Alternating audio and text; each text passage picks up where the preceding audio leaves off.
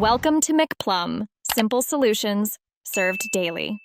You start by confirming the essentials, verify GTAV files, and update Fivem so you're not chasing old bugs.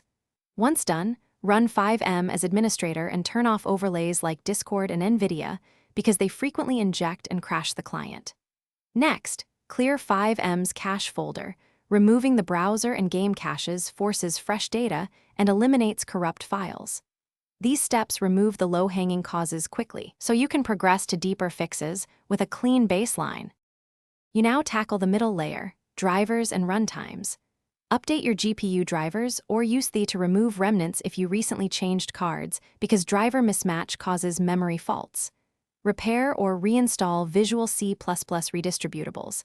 Net and DirectX so required DLLs load correctly. While doing this, reproduce the crash and capture logs, Fivem console output, Citizen FX, log, and any crash dumps, because they tell you whether it's a shader, memory, or permission error. Make sure to note exact timestamps to match event entries. You finish by restoring a known good environment. Uninstall Fivem and reinstall it clean, and if issues remain, perform a fresh GTAV install to rule out corrupt game assets.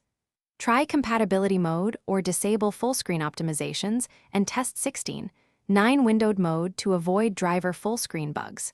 If crashes persist, your key troubleshooting tip is this. Gather concise log snippets and the crash dump, then post them to the Fivem community or support with timestamps and server info.